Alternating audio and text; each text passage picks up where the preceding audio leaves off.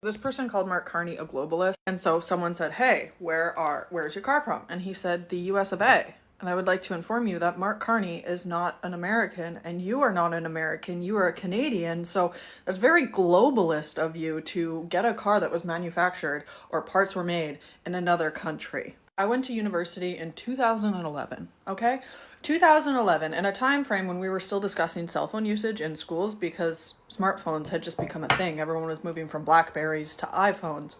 And what's ironic is the very people who would say that they want Canada to become a 51st state, which is men like this, because that's what Pierre's all about, bowing to the powers that will be, the orange Cheeto. So the reason that you're okay with your car being assembled in somewhere like the United States or Canada or Mexico is because you're kind of a chauvinist to North America. What's funny, when I look up Mark Carney globalist, you try and look it up, it's all, it even leads back to church websites. Quite frankly, the belief system that people have, like, to be on the very phone that you're using to make these comments means that you consumed products that were not made in North America.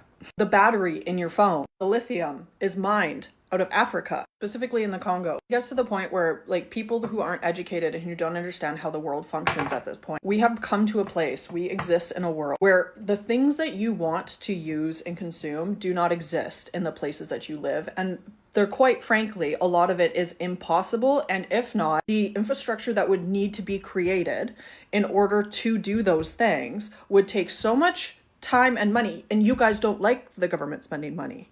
You guys complain about it every time that they try and do something and it requires them to spend money to do it. Quite frankly, Pierre Poilievre would be really good at making corporations money. He would be really good at destroying our planet. He would be really good at bending over for the orange Cheeto. He would be really good at taking away people's rights, which is why he's losing so poorly in the poll. Now, if you personally really love what Pierre Poilievre is doing, you can go and immigrate to Russia. You can also immigrate to the United States. Or how about you try and see if you can get into North Korea?